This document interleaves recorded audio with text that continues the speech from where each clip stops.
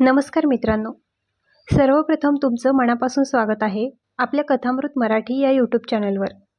आज आपण जाणून घेणार आहोत अनंत चतुर्थीचा पवित्र आणि आध्यात्मिक महत्त्व। हा दिवस केवळ धार्मिक नाही तर जीवनातील प्रत्येक अडचणी दूर करणारा मानला जातो।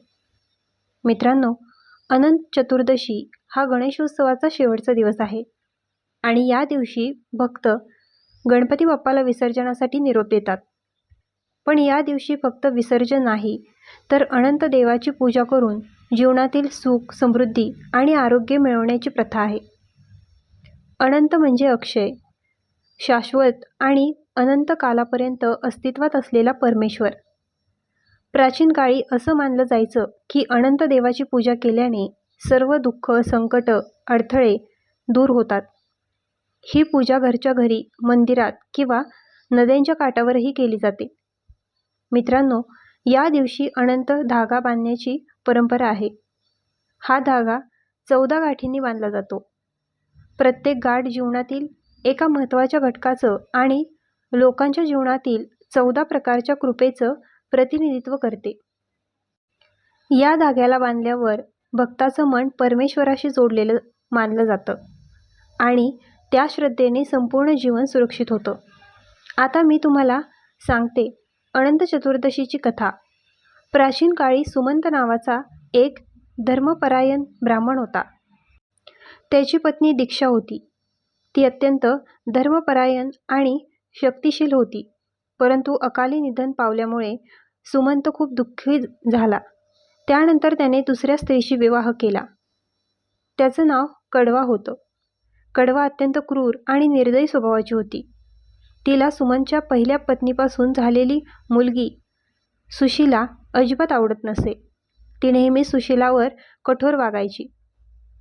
एके दिवशी कडवाने सुशीलाला घरातून बाहेर काढलं आणि तिला संघर्षाचा सामना करावा लागला।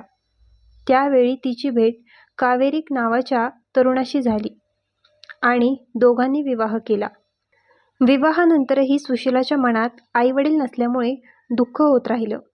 त्यांच्या प्रवासादरम्यान ते एका ऋषींच्या आश्रमात पोहोचले। तिथे ऋषीच्या पत्नीने सुशीलाला अनंत चतुर्दशीचं महत्त्व सांगितलं। तिने सांगितलं की अनंत देवाची पूजा केल्यास जीवनातील सर्व संकट नाहीशी होतात। तिने सुशीलाला 14 गाठी असलेलं अनंत सूत्र दिलं आणि व्रत कसं करायचं ते शिकवलं। सुशीलेनं मोठ्या श्रद्धेने व्रत केलं। काही दिवसातच तिच्या जीवनात सुख समृद्धी आली। कावेरिकालाही उत्तम यश मिळालं आणि घरात आनंद, शांती आणि संपन्नता नांदू लागली। परंतु कावेरिकाने आपली चुकीची जाणीव न बाळगता तो धागा काढून टाकला आणि समुद्रात फेकून दिला। त्यावेळी त्यांच्या जीवनात संकट वाढली, संपत्ती नष्ट झाली आणि कावेरिकाला आजार झाले। नंतर त्याला समजलं की श्रद्धा सोडल्यामुळे संकट आली। त्यानंतर त्यांनी पुन्हा अनंत चतुर्दशी व्रत सुरू केलं आणि जीवनात पुन्हा आनंद, संपन्नता आणि आरोग्य परतलं। मित्रांनो, या कथेतून आपल्याला शिकायला मिळतं की श्रद्धा जर टिकवली तर जीवनात सकारात्मक बदल होतात, संकट दूर होतात आणि मन आनंदी राहते। मित्रांनो, या दिवशी पूजा कशी केली जाते हे जाणून घेणे आवश्यक आहे। घर स्वच्छ करून पवित्र ठिकाणी कलश ठेवला जातो। कलशावर शेषशायी विष्णूची मूर्ती ठेवली जाते। कलशाभोवती रांगोळी, फुलं आणि दीप लावले जातात। पूजा करताना अनंत देवाला नैवेद्य दाखवलं जातं।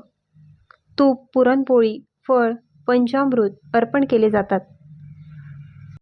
त्यानंतर 14 गाठी बांधलेला अनंत धागा देवाला अर्पण करून भक्तांच्या हाताला बांधला जातो। स्त्रिया उजव्या हातात आणि पुरुष डाव्या हाताला हा धागा बांधतात, कारण तो देवाशी जोडणारा बंध आहे। अनंत धागा बांधल्याने भक्ताचं मन स्थिर होतं, संकटांना सामोरे जाण्याची ताकद मिळते आणि जीवनात सकारात्मक ऊर्जा निर्माण होते। या दिवशी गणपती विसर्जनाची परंपरा आहे। गणेश म्हणजे विघ्नहर्ता, जो आपल्यातील अडथळे दूर करतो। विसर्जन करताना भक्तांच्या डोळ्यात अश्रू तर असतातच, पण मनात समाधान आणि आनंद असतो, कारण बाप्पा पुन्हा येणार आहे। मित्रांनो, या दिवशी दान, उपवास सत्कर्म धर्मकार्य करणं अत्यंत पुण्याचं मानलं जातं. अनंत देवाला अर्पण केलेला व्रत 14 वर्ष पाळल्याने जीवनात अखंड सुख, समृद्धी, आरोग्य आणि शांती प्राप्त होते. हे व्रत पुरुष आणि स्त्रिया दोघेही करू शकतात. या दिवशी उपवास, कथा ऐकणे, पूजा आणि अनंत सूत्र बांधणे आवश्यक असतं. श्रद्धा टिकवून व्रत केल्यास जीवनातील सकारात्मक बदल नक्की होतात. मित्रांनो, श्रद्धा म्हणजेच शक्ती आहे. श्रद्धेने देवाला शरण गेल्यावर जीवनातील संकट नाहीशी होतात. अनंत चतुर्दशी हे याचं उत्तम उदाहरण आहे. मित्रांनो, या दिवशी केलेलं दान जीवनात अनेक पटींनी परत येतं. अन्नदान, वस्त्रदान आणि गरिबांना मदत करणं अत्यंत पुण्याचं आहे. मित्रांनो, अनंत चतुर्दशीला सुरू केलेलं व्रत सलग 14 वर्ष पाळलं जातं. 14 वर्षांच्या व्रतामुळे जीवनातील सर्व अडचणी नाहीशा होतात. यश, आनंद आणि समाधान प्राप्त होतं. अनंत व्रत हे विष्णूचं व्रत आहे, जो सृष्टीचं पालन करतो. या व्रतामुळे जीवनात मानसिक शांतता, आर्थिक स्थिरता आणि कौटुंबिक समाधान मिळतं. विज्ञानाच्या दृष्टीनेही या दिवसाचं महत्त्व आहे, कारण श्रद्धेने केलेली पूजा आणि व्रत मनात सकारात्मक ऊर्जा निर्माण करतात. अनंत धागा बांधणे म्हणजे देवाशी जोडलेलं बंध असतं. जीवन सुरक्षित होतं, मन स्थिर राहतं, संकट सहन करण्याची ताकद मिळते आणि भक्ती वृद्धिंगत होते. मित्रांनो, जर तुम्हाला या कथा आणि आध्यात्मिक माहिती आवडली असेल तर लगेचच कथामृत मराठी चॅनलला सबस्क्राईब करा, कारण इथे तुम्हाला रोज नवीन आध्यात्मिक कथा, माहिती आणि प्रेरणा मिळेल. मित्रांनो, या दिवशी भक्तिभाव, श्रद्धा, प्रेम आणि निष्ठा यांचा संगम घडतो. अनंत चतुर्दशी केवळ धार्मिक दिन नाही, तर आपल्या जीवनात सकारात्मक ऊर्जा, शांती आणि अखंड आनंद निर्माण करणारा दिवस आहे. म्हणूनच या दिवशी मन, धन आणि श्रद्धा यांचा योग्य उपयोग करून अनंत देवाची पूजा करतात, व्रत करता, दान द्या आणि आपल्या जीवनात आनंद, स्वास्थ्य, समृद्धी आणा. मित्रांनो, पुन्हा सांगते, जर तुम्हाला अशी आध्यात्मिक माहिती आणि कथा आवडत असेल तर कथामृत मराठी चॅनलला लगेच सबस्क्राईब करा आणि नोटिफिकेशन बेल दाबा, जेणेकरून नवी कथा अपलोड झाली की तुम्हाला लगेच कळेल. अनंत चतुर्दशीच्या दिवशी भक्ती, श्रद्धा आणि प्रेमाची ऊर्जा जपा. मन शुद्ध ठेवा आणि देवाशी नातं दृढ करा. अनंत देवाची कृपा सदैव तुमच्यावर राहो. हेच माझ्या प्रार्थना आणि शुभेच्छा. धन्यवाद मित्रांनो. जय श्री गणेश.